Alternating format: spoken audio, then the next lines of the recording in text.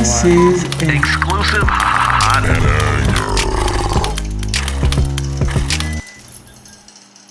everyday basis. I'm just saying, I gotta keep it realistic right now. You know what I'm saying? But you miss me. That's what you wanted to say. I did. So, won't you tell the audience how much you love me?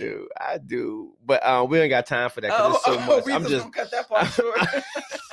I'm just saying, like, don't say that, man. I'm really saying, like, yo, I really cherish the moment that you have been around, because sometimes you don't realize how important your spouse is.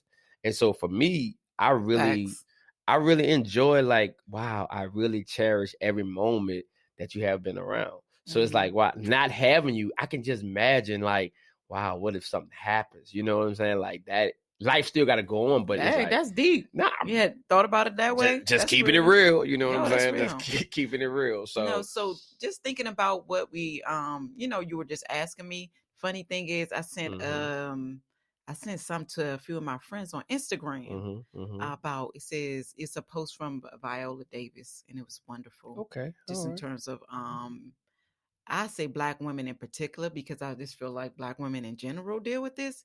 It says signs of the Superwoman syndrome. And I think that's something I had. What you think? And you know why I say that? Yeah, I'm about to say. Because I think what? Yeah. What were you about to say? No, I just explain to me what that means. I need to know.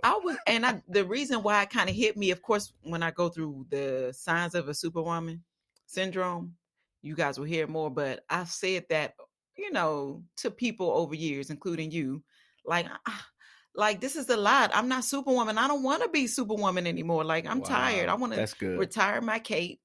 I don't want to have to be the it girl to figure out everything and do this. The one that everybody come to, you just get exhausted. So this is interesting because I sent this, I think it was today or yesterday. Okay. Signs, it's 5 signs that they put. One is cannot be dependent on help from others, will not be vulnerable. Ooh, that's like big right there. I don't think that has been me like recently. Okay.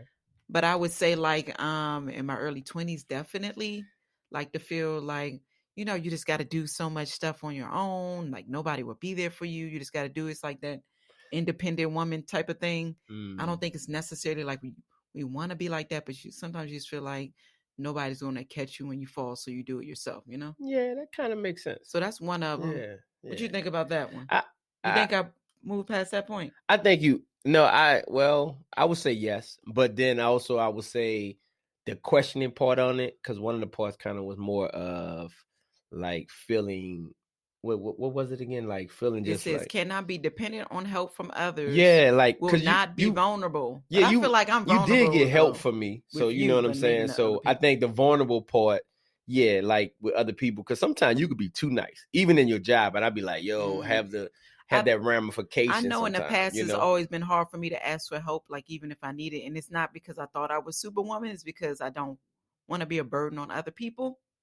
So I would feel guilty asking for help, and makes sense. I think that's a lot of childhood stuff, though. But yeah, next one is obligation to present an image of strength always. Wow, that's good. Woo, child. Woo. I tell you, that's a lot of Black women in particular. Wow, like, just having to feel like you have to be strong through all the time, through hurt, humiliation, anger. You just have to put on this.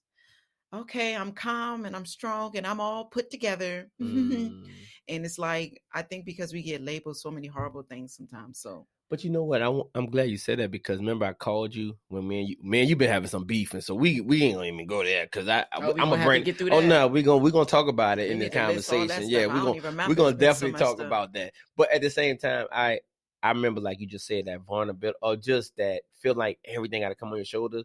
And us being married for almost 17 years, of being married for at least 14 years, about to be 14 coming up. But it kind of made me recognize, like, even when I called you something, I was like, I just want to apologize, because that's a long time. I just want to apologize for the years we've been together.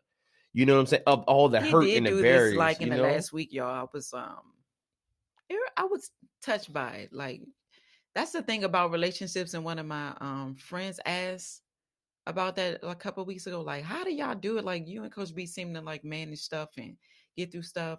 And I had to sit and think for like a half a second and say, you know what?